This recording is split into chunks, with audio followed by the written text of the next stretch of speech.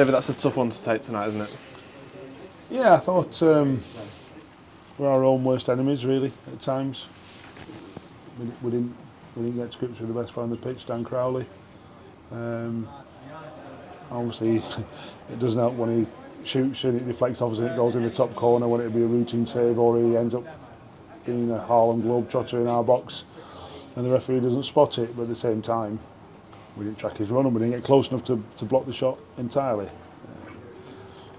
We didn't get close enough to stop a cross that floats into the top corner over Jordan's head, which happens.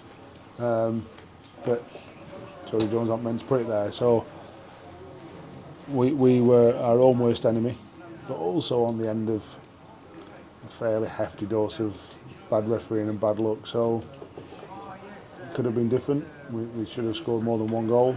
We looked threatening throughout the game, really. But we started off poorly, and that set the tone for the rest of the game. You mentioned the chances there. We had one early on. Chaz and Jordan both unfortunate not to take the chance. Started the second half brightly and had a couple of chances, and then Notts County go down the other end and score. And it's just one of those things, isn't it? Goals change games. We weren't ruthless at both ends of the pitch. We didn't do enough to stop them, get close to them. You know, the first goal, I think Crowley's got the ball for 5 or 10 seconds. It might have been offside, I don't know. That's what the Sky people were telling me. I don't know. We don't get close enough to Crowley. At the other end of the pitch, we needed to be more ruthless. You know, 1-0, you know, Jordan's gone through 1-on-1. Chaz could have scored straight after half time, make it 3-2. It's game on. But like I say, we didn't do enough to stop them, or we weren't ruthless enough in the opposition box either. And that's goals change games. We were decent in possession at times. That's why we created as many chances against a decent team. They're going to be up there. But we didn't do enough to stop them, that's for sure.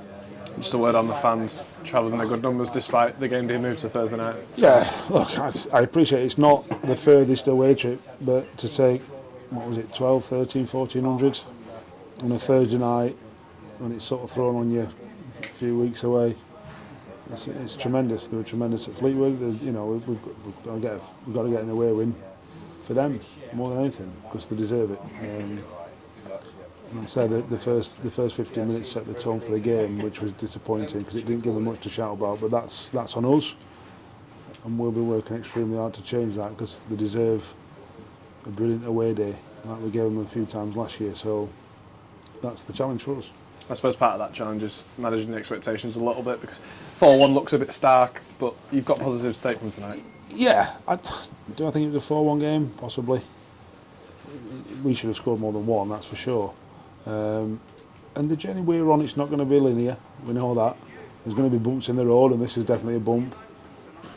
You know, the thing is we were our own worst enemy, so we can change that. We're not relying on a better referee, it'd help, or Jody Jones isn't going to put one, or their wing is not going to mean to cross it and it fly into our top corner every week because it's just not going to happen, or a deflection and it goes in our top corner. So they don't think them things don't happen every week. What we can change is what we're in control of, and you know that's obviously it's our worst performance of the season. The scoreline reflects that, but we're also still making progress, and these are the kind of nights that you learn the most from. You know, we're limited in certain aspects of what we can do and what we can't do, and we need people to perform. And when they're a bit off the game, that doesn't help. But we've got to pick them up and go again, you know, on Tuesday night.